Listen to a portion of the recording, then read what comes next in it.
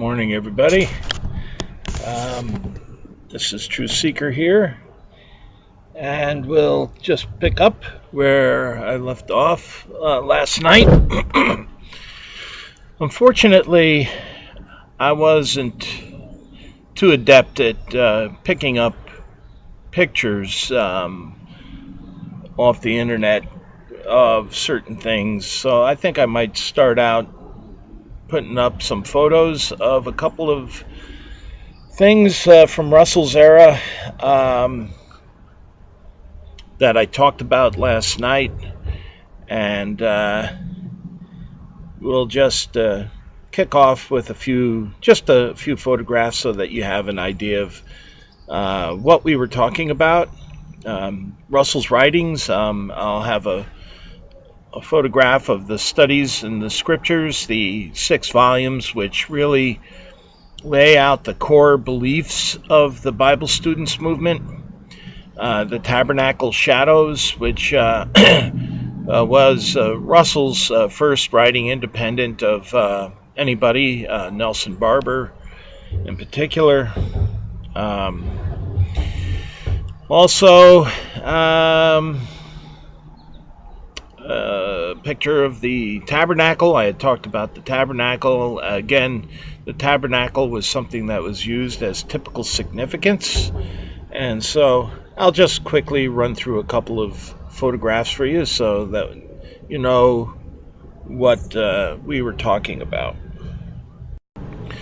First image here is the cross and crown, which was the symbol for the Bible students movement ever since I think its inception, really. No cross, no crown was the idea.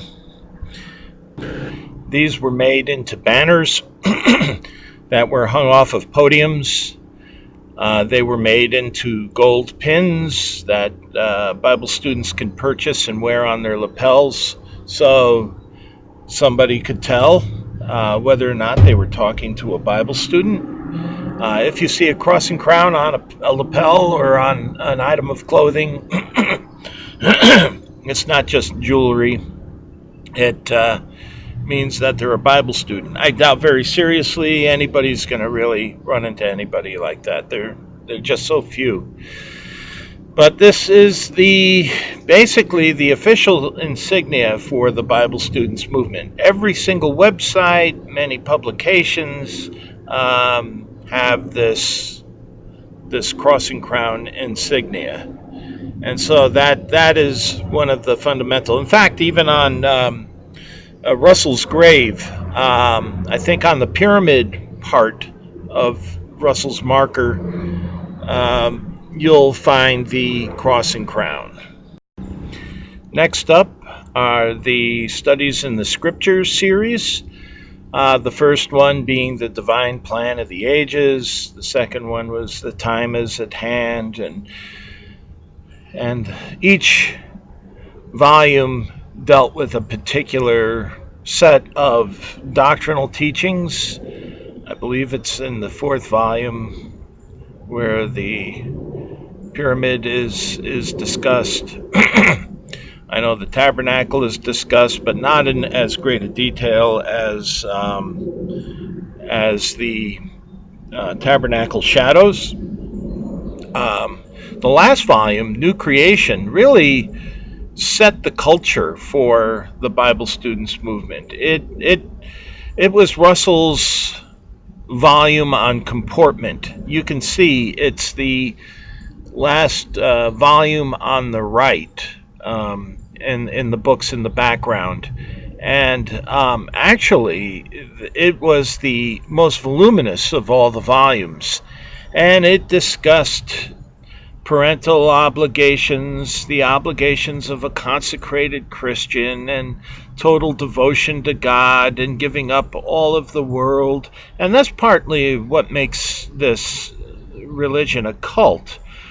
It isn't just a tradition that just was passed down from one person to the next. It was written, it was codified, and Russell's word was law, really. And even though Russell himself never had any children, He gives guidance on child rearing, on marriage, on all sorts of subjects and topics he was just not qualified to discuss. But anyway, that's all contained in the sixth volume. Also, the dedication, the full devotion one is to give in their consecration is also contained at length in the sixth volume. Russell was not a good writer. There are sentences in these volumes that can go on for pages. They're convoluted. It's not easy reading. He's not an easy read. He's very difficult to follow. He interjects so many different thoughts into a sentence. And then he also supports, or at least attempts to support, everything he says with a scriptural reference. So he'll have 4 or 5 different scriptural references that you're supposed to look up while you're reading the volume. And so you lose the continuity, you lose your train of thought, and many of these scriptures are just plucked out of context and have nothing to do with, in reality, when you read them within the context, have nothing to do at all with the topic in the sentence in the volume. But anyway, that's for people to determine themselves when they read these things. But one thing for certain, these are not an interesting read. They are boring as heck to read. They're very tedious, and they're good for insomnia, really. That's basically all they're good for. Next up is Tabernacle Shadows of Better Sacrifices. Again, as I explained yesterday, this went into great detail about all of the typical significance of the tabernacle and how it relates to God's kingdom and the covenant arrangement of that kingdom.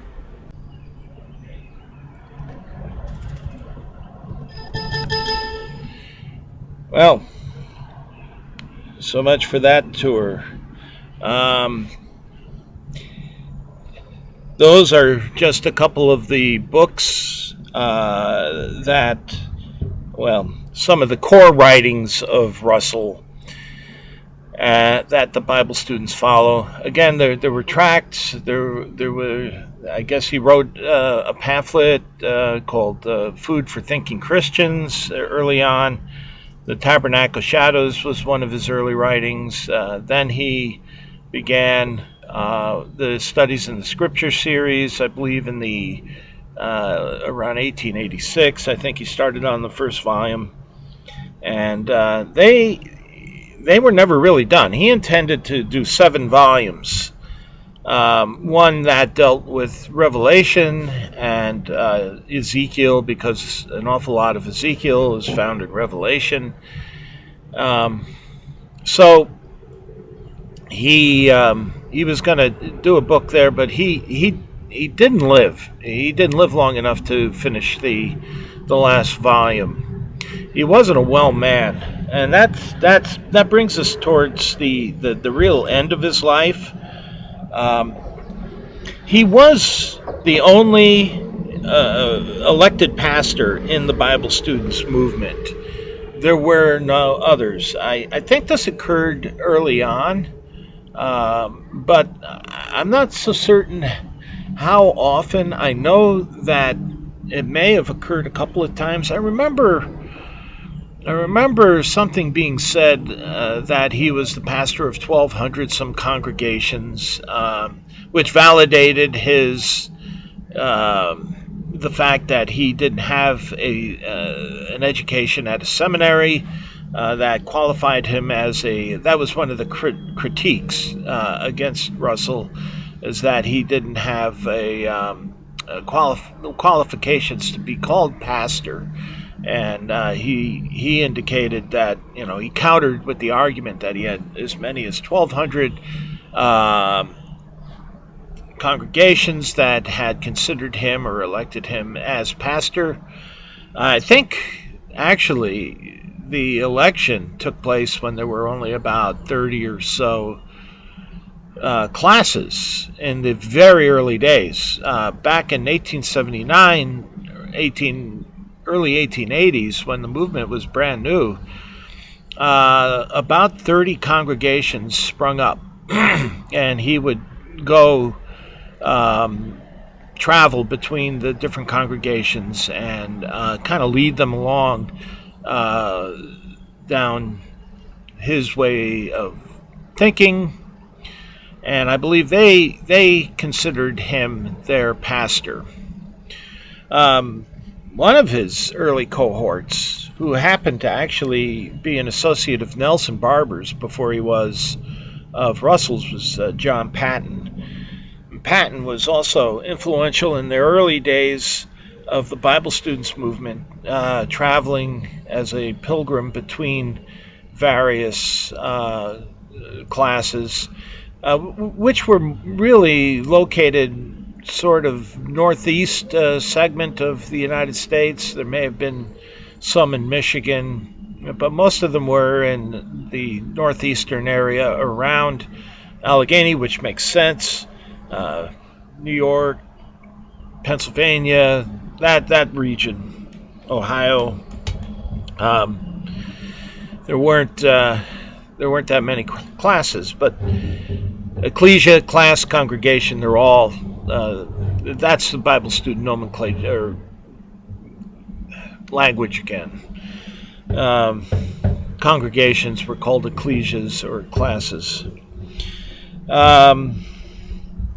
Now that Watchtower had moved to Brooklyn, I think Russell began to see the potential of Watchtower as an organization. He was now syndicated in, numbers vary. If you read the book Laodicean Messenger, which was a book that just regurgitated syrupy, sappy praise lavished upon him. He was almost a second Jesus, according to this book, The Laodicean Messenger, which was printed by the Chicago Bible Students, independent of the Watchtower Society, in 1923. They were lamenting the course of the Watchtower and the deviations that were being introduced into Bible student doctrine within only 7 years of Russell's death. And they just overdid it with praise for Russell, that he was almost inhuman. He was almost angelic in his nature.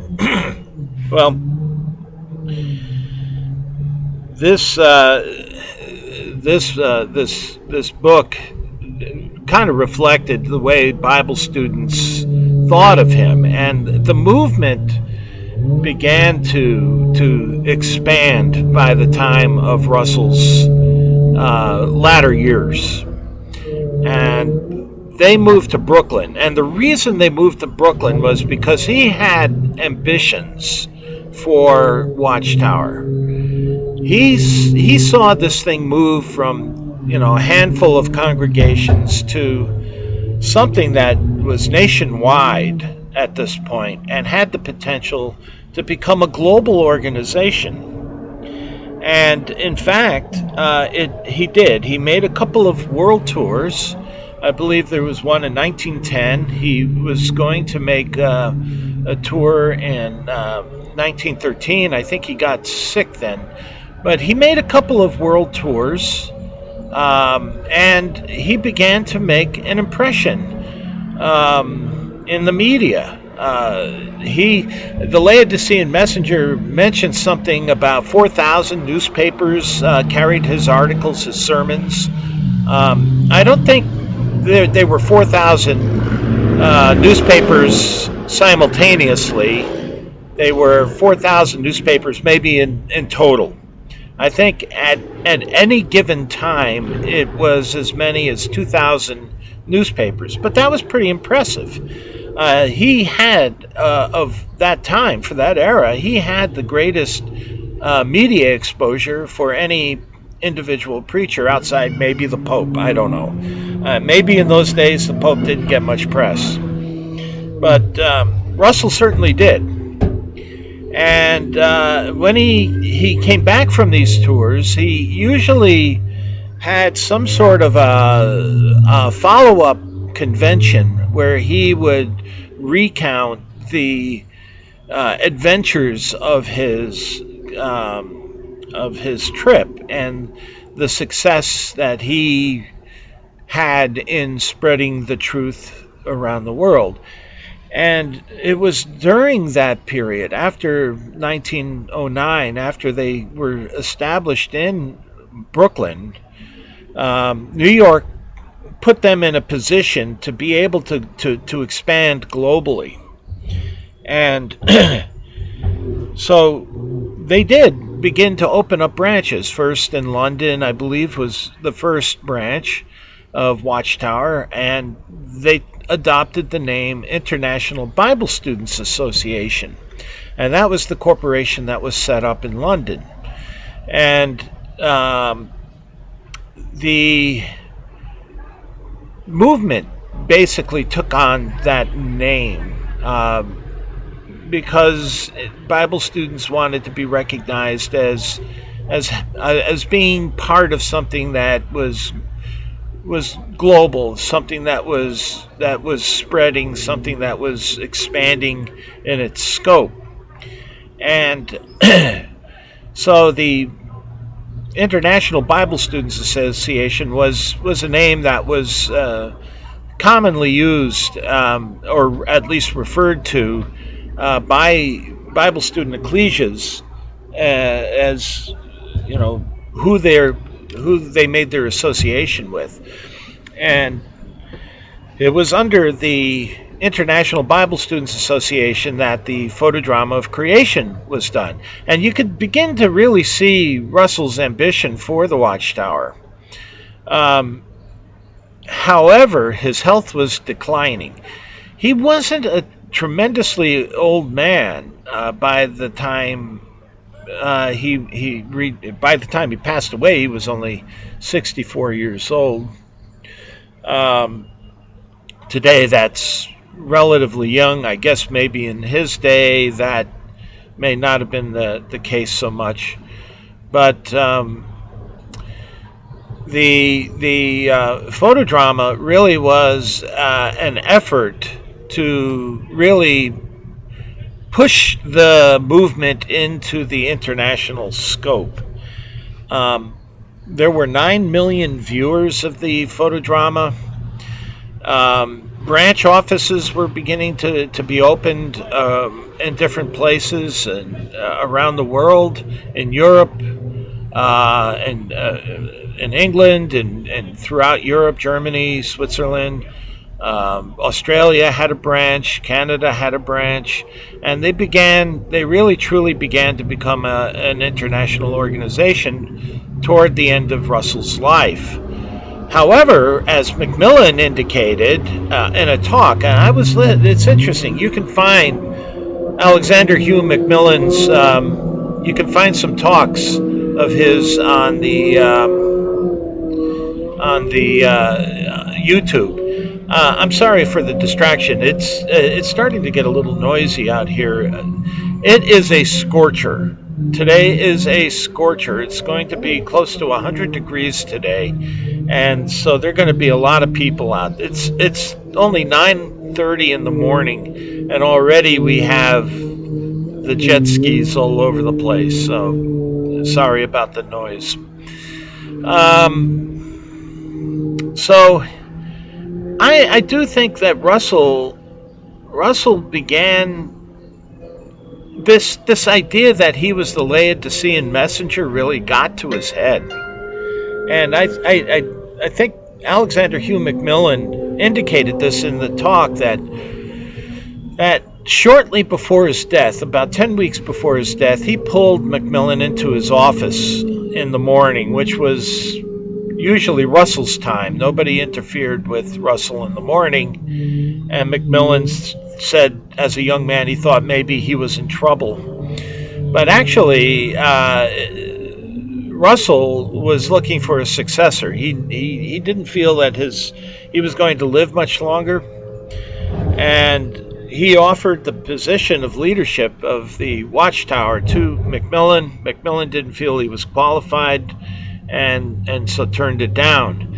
But in their 2 hour or so discussion, which is explained also in Faith on the March, Macmillan indicated that Russell had visions of going really big time with the watchtower, that the message wasn't done.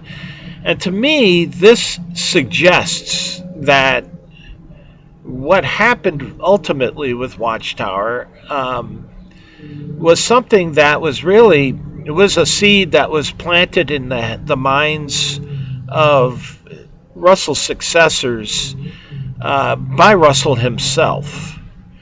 I don't think that they necessarily would have taken the Watchtower and did what they did with it unless they thought that there was something that they were doing that was consistent with Russell's real will, despite what his obsolete will and testament said. That his will and testament hadn't been updated at the time he died.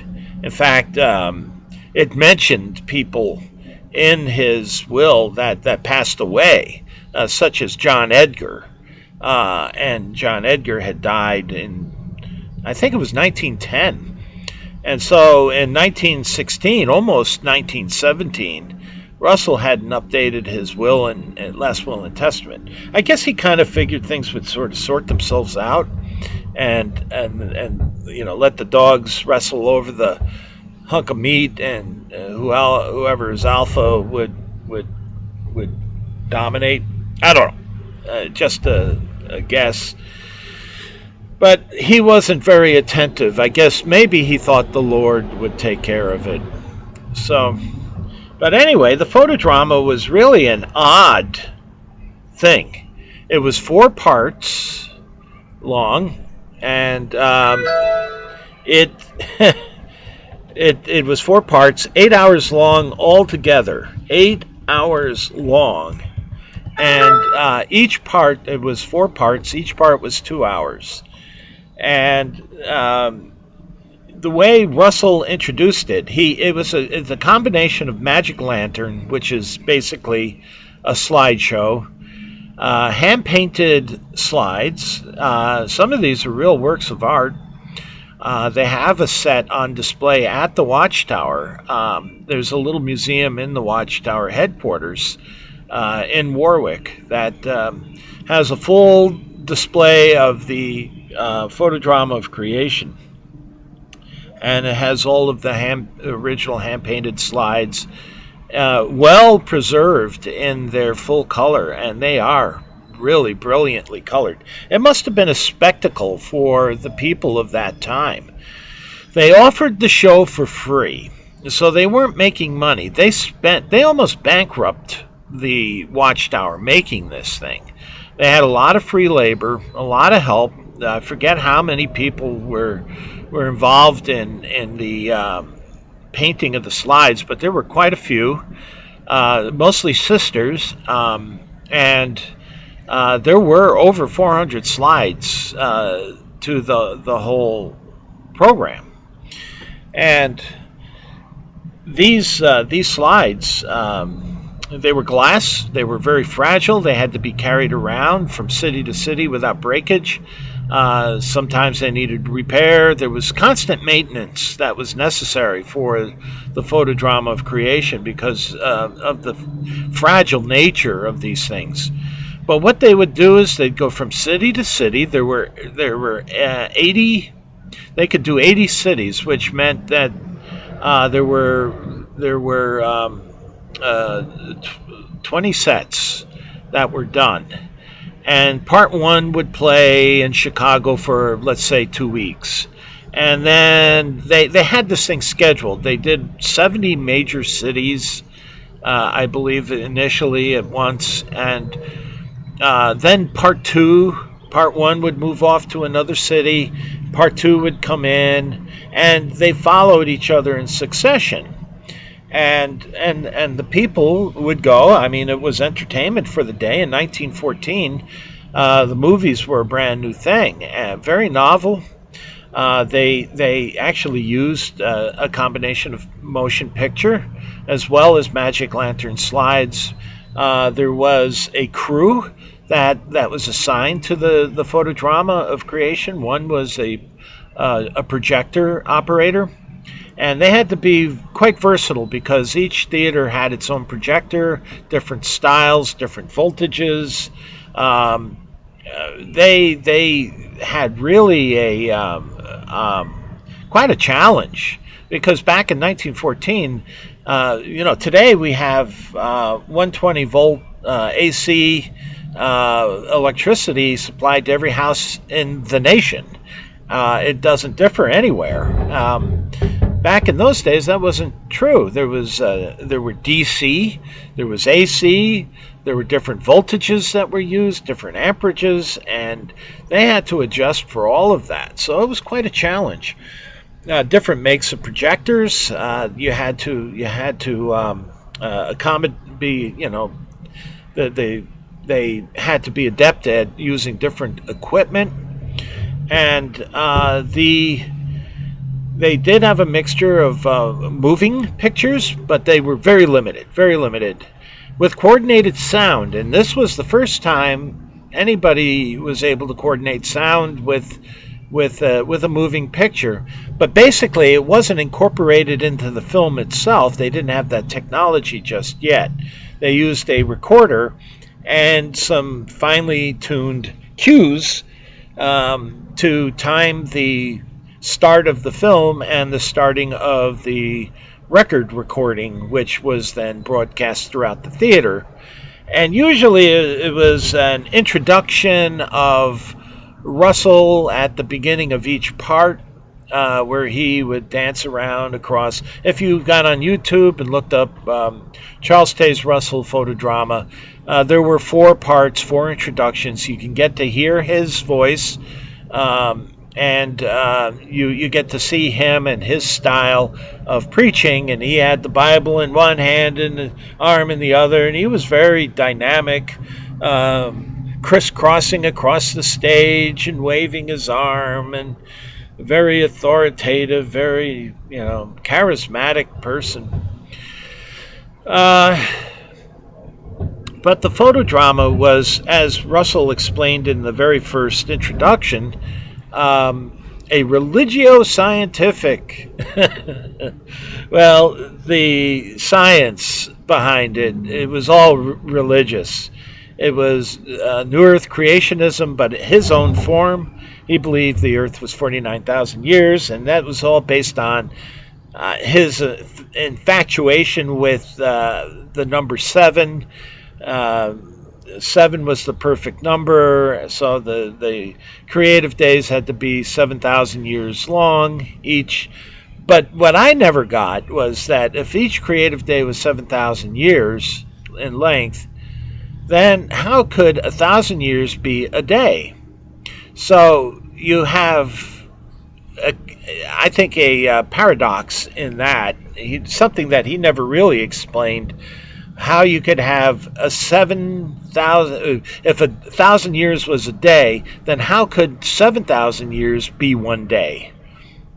So I think he had some kind of rationale where a day was just a distinct period of time in which there was a particular work that transpired within that period. And so the 7 creative days were 7,000 years long each, and each had their own distinct objective and work that went on. So, and he took the Bible literally. I mean, he didn't. The only scientist that he ever drew on was a Quaker school teacher who created a theory. His name was Isaac Vale. He didn't even have a book. It was a pamphlet of his idea of what creation took place, and it was very biased by his deep Quaker religious beliefs. His name, if I hadn't said it, it was Isaac Vale. It was called the Valian theory, and Russell took to it like a fly on dog doo-doo. Because it explained exactly, it fit in exactly with Russell's concept of creation. And so the only person who ever used Isaac Vale seriously was Russell, and he showed this to 9 million people. And the Valian theory wasn't the Vale theory because of the rings. Vale's his supposition was that the Earth was like Saturn at one point, and there were various rings around the Earth, and these rings gradually collapsed into the Earth. The first ring being a rocky ring which formed the crust of the Earth, and then there was a ring that came down, that was the flood, and the last ring was an electric ring that surrounded the Earth, and that would collapse into the Earth. And Russell even wrote about it in the Watchtower, that it was this electric ring, this electromagnetic ring, that would cure all illness. It would kill yeast. There would be no more alcohol. In fact, yeast was a poison that came after the flood and poisoned Noah with alcohol, because obviously Noah didn't know what alcohol was, because he got drunk afterwards by letting his grape juice sit too long. And it wasn't Noah's fault. He didn't, intend to get drunk. He just got drunk.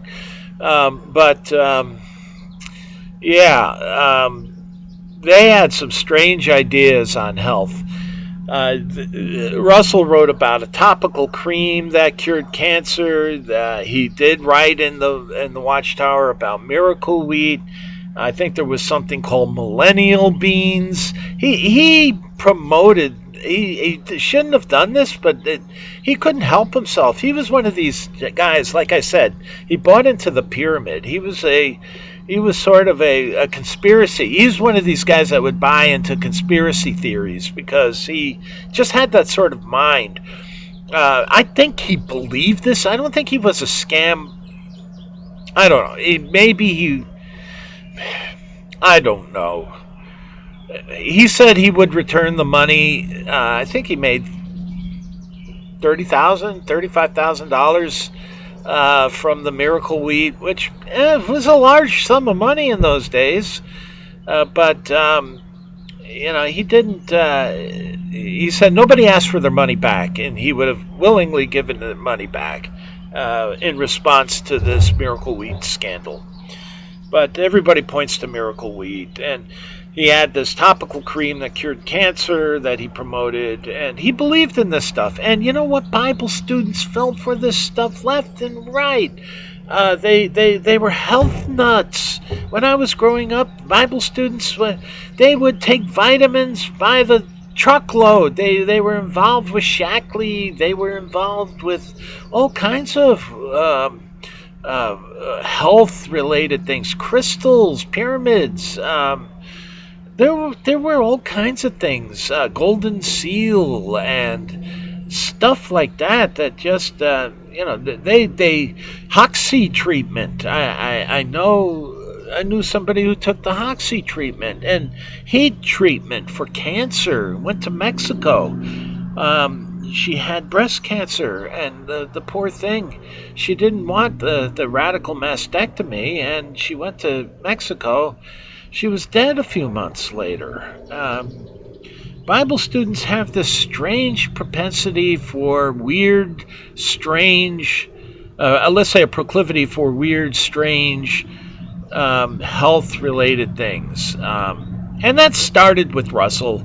I think it carried on. I think Clayton Woodworth might have been one of these whack jobs too that promoted strange things. I think he, during the 30s, was the one that was more vocal about vaccinations than others in Watchtower.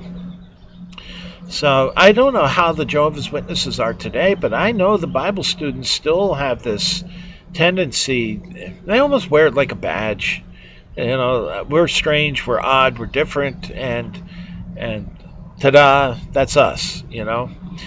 So, but the getting back to the photodrama of creation, it was the Watchtower's big bang.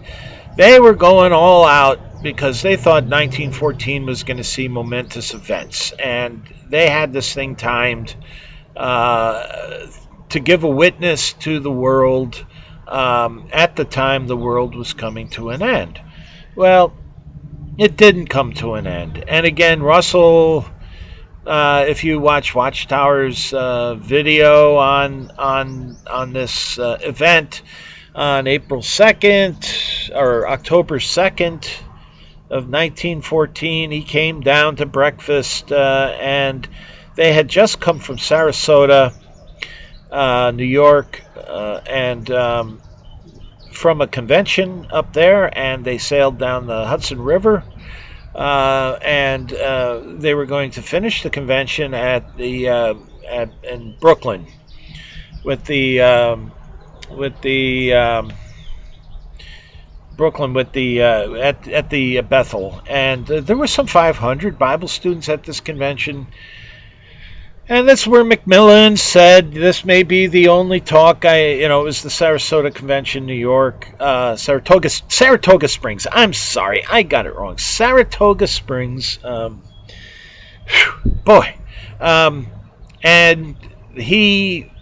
Macmillan said this is the last public, and that actually made the New York Times.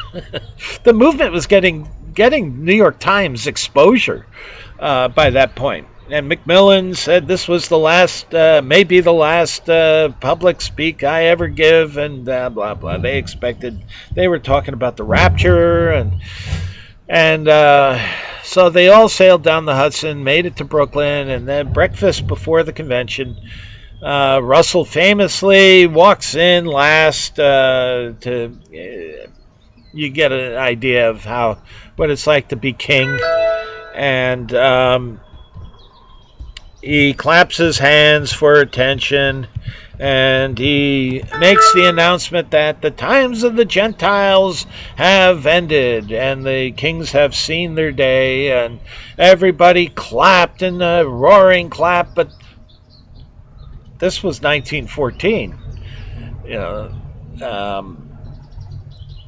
The kings of Europe had pretty well fallen. I mean, the monarchy of Russia was under siege. They were no longer really in power.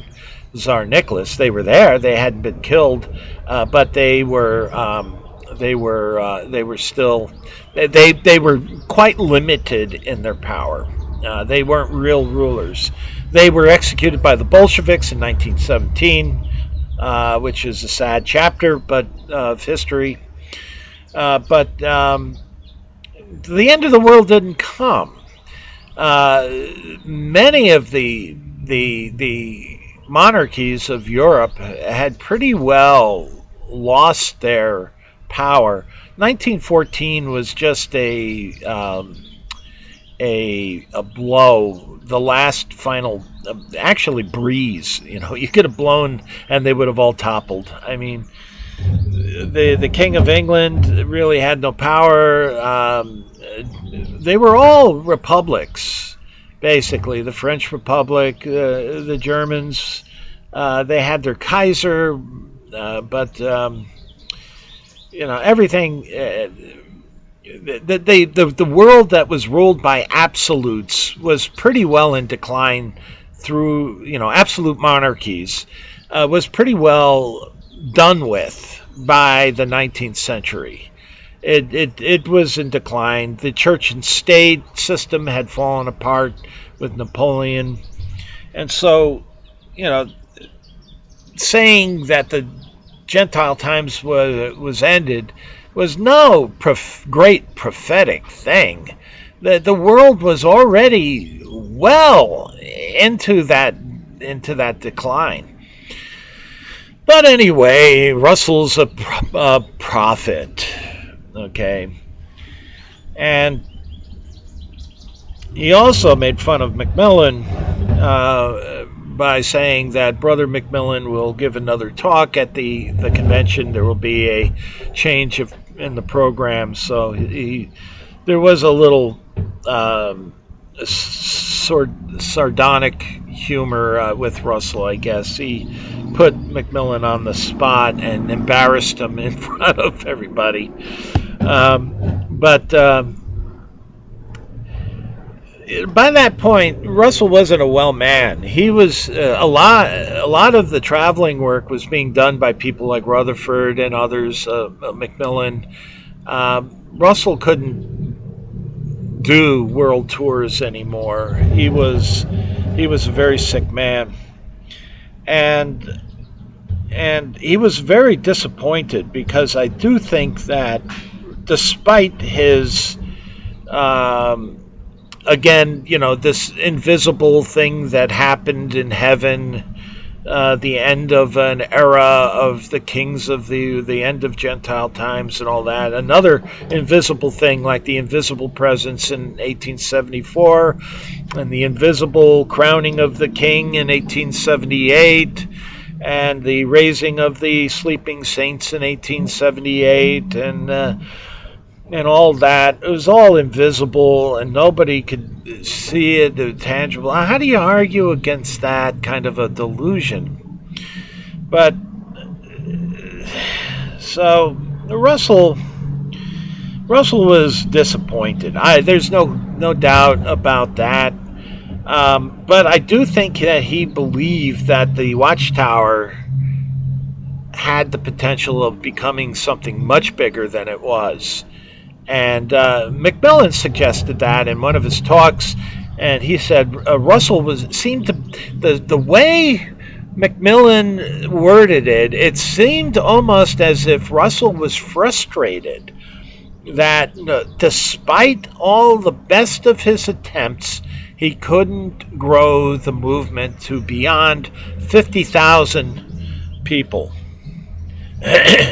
And in Macmillan's talk, the fact that this was Macmillan as an old man, Macmillan said, I think this was a talk he gave in 1957. He would have been in his 80s at the time, well on in years. He did live until 1966. He was he lived quite a long life. He had written that book, and it was published in the history book, Faith on the March. He began work on it in 1955 and published it in 1957. Again, it's a biased book, very strongly biased in his own way. But he took the success of the Watchtower post-Russell as meaningful, as a sign from Jehovah that the organization was on track, that Jehovah had selected the Watchtower, and look how they were blessed. No matter what Russell could do, they couldn't grow beyond 50,000. But look at us today, we're millions. So I think, and the way you hear it in Macmillan's voice when you hear the talk, that it seemed to me that there was a bit of frustration on the part of Russell, that it doesn't seem that no matter what we do, we can't seem to grow this movement the way I'd like to see it grow. So I think he spent some time, that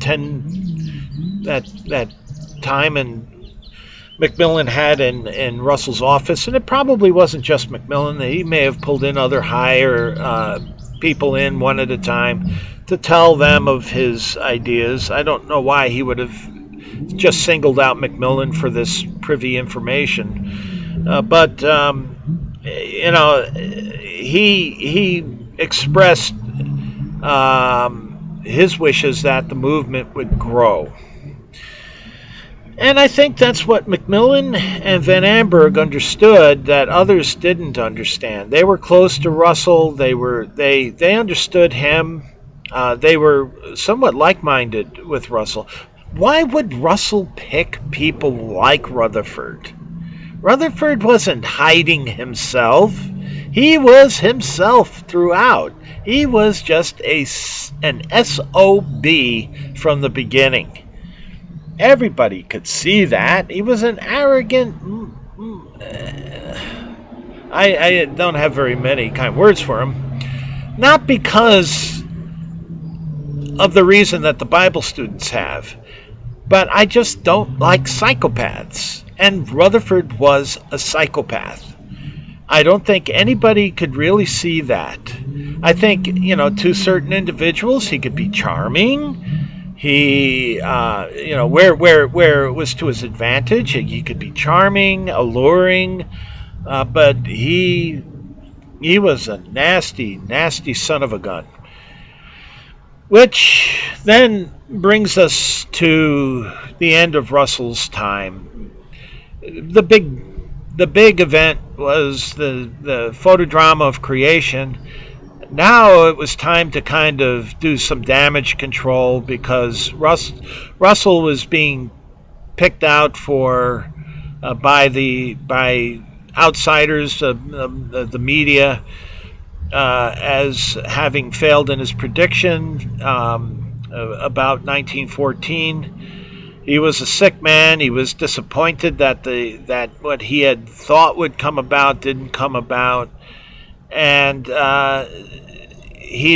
the movement hadn't grown the way he had liked to see it grow, and so he wasn't a happy person when he died.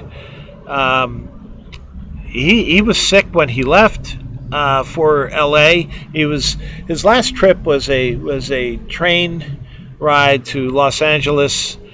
By the time he got to Los Angeles, he was so sick he couldn't stand. He had to give his talk sitting down. He didn't have his usual charisma. And on the trip back,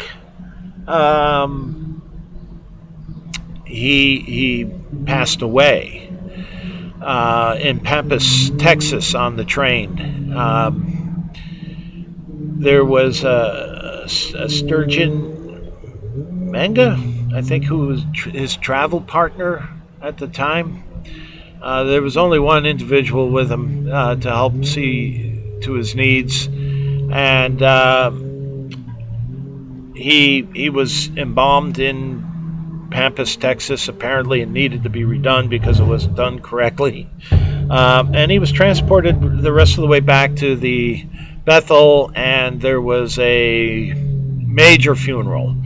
They lavished. The funeral was held at the memorial service was held at the New York Temple, and the Bible students just flocked there for the memorial service. I don't think there was any room for anybody to I think it was filled past capacity, and a number of prominent Bible students gave sermons. The funeral sermons can be found in the book Laodicean Messenger. Rutherford gave a sermon. A number of prominent Bible students did. And Maria was there.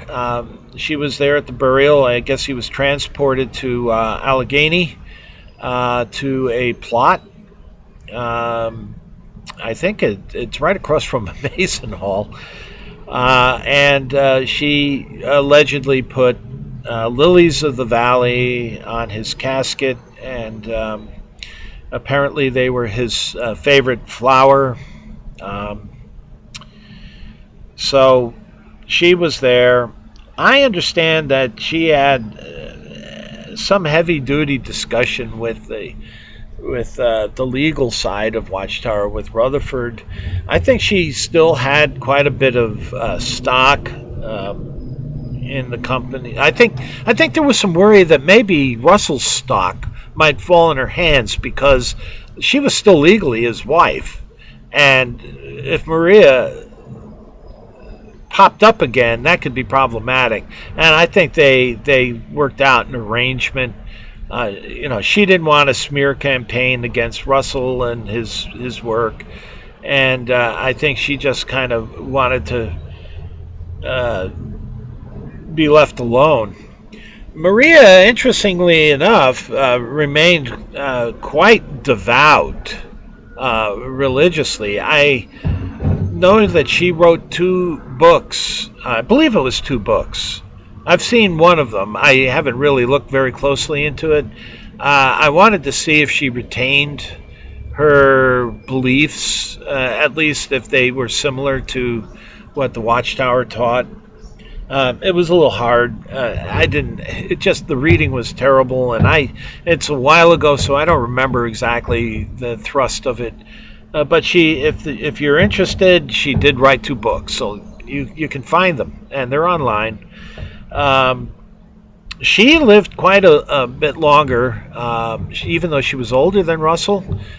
She lived to 1938, I believe she died. My father met her at a convention. She was present at a Bible student convention in the late 30s in Florida. My family had moved back to Florida in 1937, and my grandfather started the Orlando Bible Students Ecclesia in 1937, and there was a convention, I think, in St. Petersburg, Florida, that my father attended when he was a boy. He would have been about 13. And she was there. She had come up. She was in Sarasota, Florida.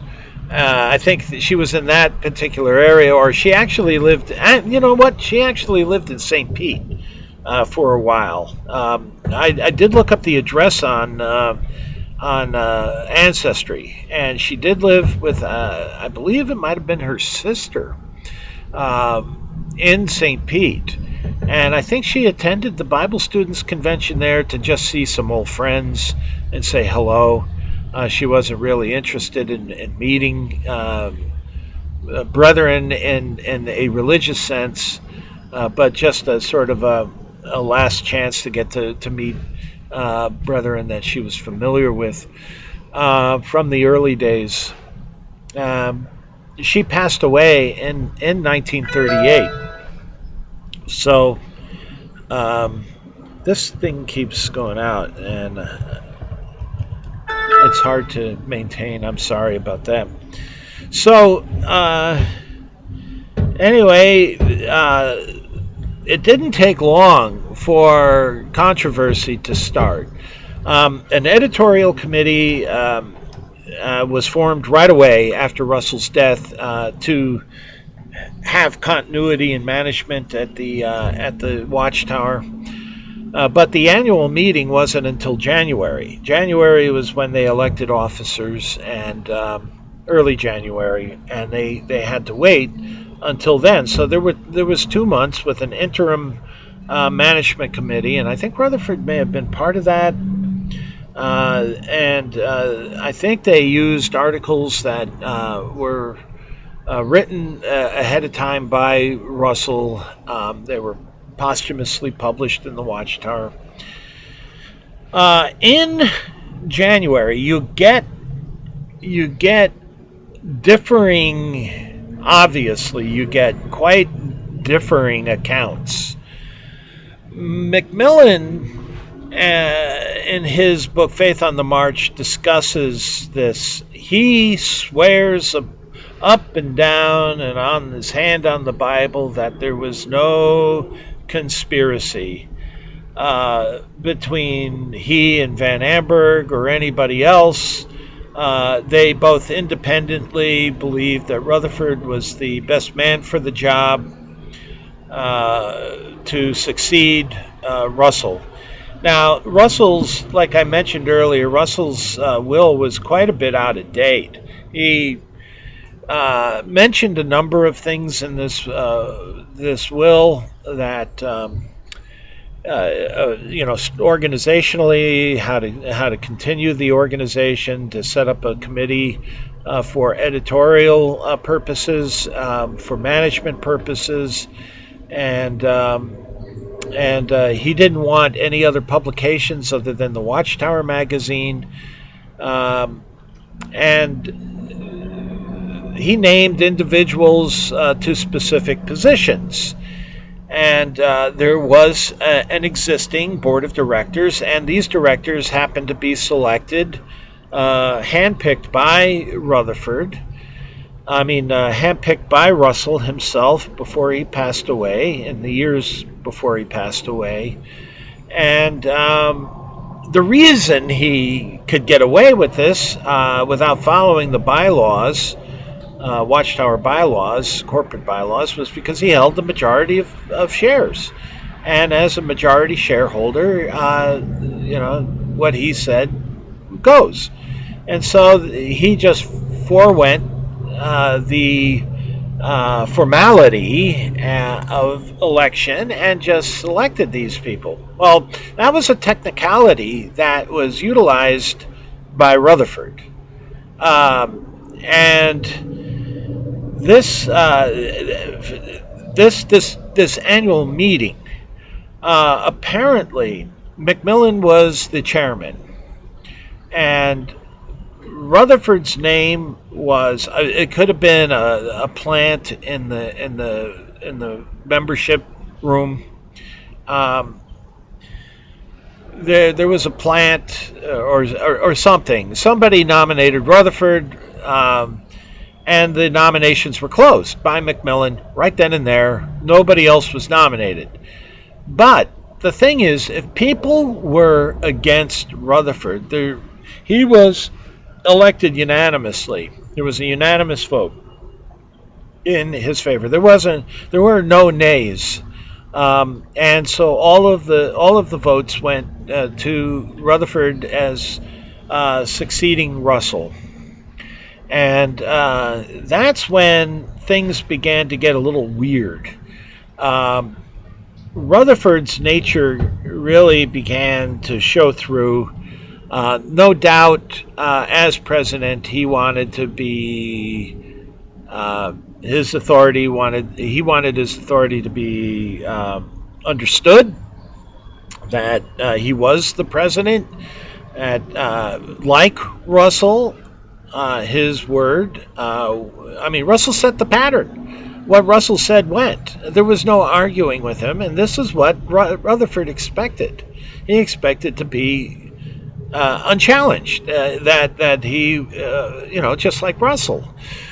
And there were 4 directors that began to take offense to Rutherford's autocratic ways. And Bible students, are terrible at politics, and they didn't keep it quiet. Rutherford got wind of it. P.S.L. Johnson did some weird stuff. Rutherford sent him to London, and Johnson started acting weird out there.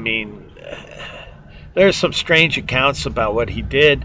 He emptied the Watchtower bank account in London, fired or got dismissed all of the Watchtower representatives that were in place at Bethel. The main guys, the leadership there in London, and he was assigning individuals himself, and he was saying things that he was going to be taking over the Watchtower Society, and at one point there was some, I guess, word was being wired back to Rutherford that this was going on, and I guess Rutherford had supporters there that were he directed them to try and get a hold of Johnson.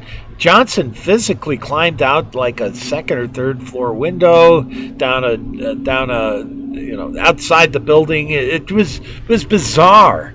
It was like a cat burglar trying to escape, from the description. Anyway, order was restored. PSL Johnson was recalled back to Bethel, and he got a reaming from Rutherford. But Johnson he had been Russell's secretary at one point. He was a prominent individual. He actually was not a stupid person. He had a college education. He was a Phi Beta Kappa. You'll learn that from the Layman's Home Missionaries website. He and Raymond Jolly, who formed the Layman's Home Missionary, both were Phi Beta Kappa, and which is quite an honor, apparently. I mean, it's an honor, academic honor society. So anyway, Johnson began stirring up more trouble with these four directors who were not contented, and they were conspiring, and they didn't keep it quiet enough, and Rutherford became aware of this conspiracy to oust him, and he went and got legal counsel, a legal read in Philadelphia or in Pennsylvania, because that's where the Watchtower was incorporated, on the bylaws of succession and election of directors. And because these directors had not been technically elected, Rutherford used this technicality because they had not been elected. They were put into position by Russell himself, and so therefore the bylaws were not met. Rutherford dismissed them, and there was a battle. These four directors went all around the country, bad-mouthing Rutherford, and they wrote some pamphlets. There was a war of words in pamphlets. Rutherford wrote harvest siftings, and I think to try and redirect people's attention away from this controversy of succession, Rutherford got Clayton Woodworth and George Fisher in Scranton, Pennsylvania, to write up the posthumously published the seventh volume. These were notes, apparently, that were left by Russell on Ezekiel and Revelation, and were supposedly Russell's thoughts, although not all of them were Russell's concepts and ideas. Apparently, ideas, interpretations of Scripture were put in that were not really Russell's. But a lot of these, it was really different in structure from the other volumes. They were more like cliff notes. They were like marginal notes that one would put in the side of a Bible on their understanding of a Scripture. And they just had one after the other. It was a compendium of these notes. It was disjointed. It was a little hard to read. But in it, they also put in something that a preacher, a well-known preacher who was against American involvement in the First World War. He was not a Bible student. He was an independent preacher from Brooklyn, I believe. And he wrote a very outspoken, very antagonistic towards the war effort especially against the U.S. becoming involved in the First World War, essay, and this essay was included in the seventh volume. And this guy wasn't even a Bible student. It was something that I guess maybe Clayton Woodworth, thought was represented Watchtower position. Watchtower was pacifist, and they did encourage young men. I knew some of them to avoid the draft, and they ended up in jail. Russell Pollock was one that used to speak to us youngsters about his time in jail for having avoided the draft. So the Watchtower took some strange positions, because at the same time, Rutherford also supported war bonds at one point, buying war bonds. But yeah, I don't know. There was a lot of strange, conflicting things that happened in that immediate time after Russell's death. But Rutherford was extremely outspoken against the government, against preachers. He just was not well liked, and the Bible students were just not well liked by religion in general, the general public. By this time, they were fairly well known across the country, and they did not have a very good reputation. And so charges of treason were brought against the directors of the Watchtower, and famously they were found guilty of 4 counts of sedition, and there was an act that had been passed during the First World War. I think it was called the Sedition Act, and they were found guilty of 4 counts, 4 violations of that act. And I think it's going to be noisier as we go along, so I'm going to call it quits soon. But anyway, they went through a kangaroo trial and found guilty all 7 directors, and the management of Watchtower. I mean, the executive branch of the Watchtower consisted of VanAmburgh and Rutherford. I forget who was the vice president at the time. Wise was vice president at one point, but I don't know if he was then. But 7 of them, including Macmillan, who was newly made a director, Rutherford did replace the 4 directors with directors of his own liking. They supported him, and so he had a board of directors that fully supported him by the time they went to trial. And all 7 were found guilty, and each count carried 20 years in prison, federal prison, for a total of 80 years. But this 80 years was really to be served concurrently, so none of them would have been jailed for more than 20 years. Not that 20 years is a trivial period. I mean, I wouldn't want to spend time in an Atlanta prison for 20 years. But you know, it's interesting. There was at one point Macmillan wrote an account of their stay there, and it was quite a detailed account. It was more of a letter form to somebody outside, and he was talking about how each of them were doing.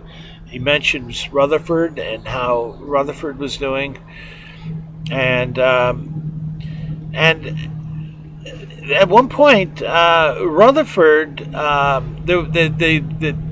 it was time for elections again, and Rutherford was concerned that the opposition was going to get leverage. They were going to leverage and take advantage of the jailing of the board of directors, and oust the whole group of them. And so he was pretty worried about that. And he, on the day of the elections, he went to Macmillan and interrupted Macmillan's tennis game. So this, if they're playing tennis in Atlanta prison, I can't imagine that it was that terrible. I could be wrong, but they play tennis there. That's all I know. Macmillan admitted it. Allegedly, Rutherford, the conditions were so horrid that Rutherford lost the use of one lung, and that was one of the reasons why he justified a home in San Diego. That's where the House of Princes, or Beth Sarem, came from, because Rutherford needed a better climate for the fact that he only had use of one lung. Although that didn't seem to stop him from speaking over the next 25 years. But let's quit here, and we'll move on, because really the movement changed when the directors were released from jail. That marked an important period in Watchtower history, Bible student history. Yes, when Rutherford was elected president, there were a number of Bible students that didn't tolerate his presidency. They about 1 in 7 left the Watchtower in the movement. There were 2 movements formed in 1918 and 1919. In that period, the Layman's Home Missionary under Paul Johnson. His cohort was Raymond Jolly, who took over the Layman's Home Missionary when Johnson died. I think, I forget exactly when he died. Was it 1950, or did Jolly die in 50? Anyway, Jolly took over. Johnson said he was the last of the 144,000, and Jolly was last of the Great Company, which I explained earlier was a heavenly group. The Layman's Home Missionary movement believes in something called modern worthies, that if you join, you will get to co-rule on earth with the ancient worthies. And we'll talk about this idea of the ancient worthies with Beth Sarim. The PBI also was formed shortly after Russell's death. So there were splits, as well as the Standfast movement. So all of this took place just about the time the directors were released from jail. The movement splintered a bit, but the next 20 or so years really saw quite a bit of change in the Watchtower, and the exodus of the original movement, those that were the original Bible students movement, did not smoothly transition into Jehovah's Witnesses. The majority of them left. There was a core of original Bible students that stayed on and stayed loyal to Watchtower, but the majority of Bible students did not. And so we'll discuss that in the next part, because the movement as it was understood and existed under Russell began. There was a watershed moment when the directors were released from jail, and so we'll talk about that in the next video. Some Bible students didn't like talking about that time.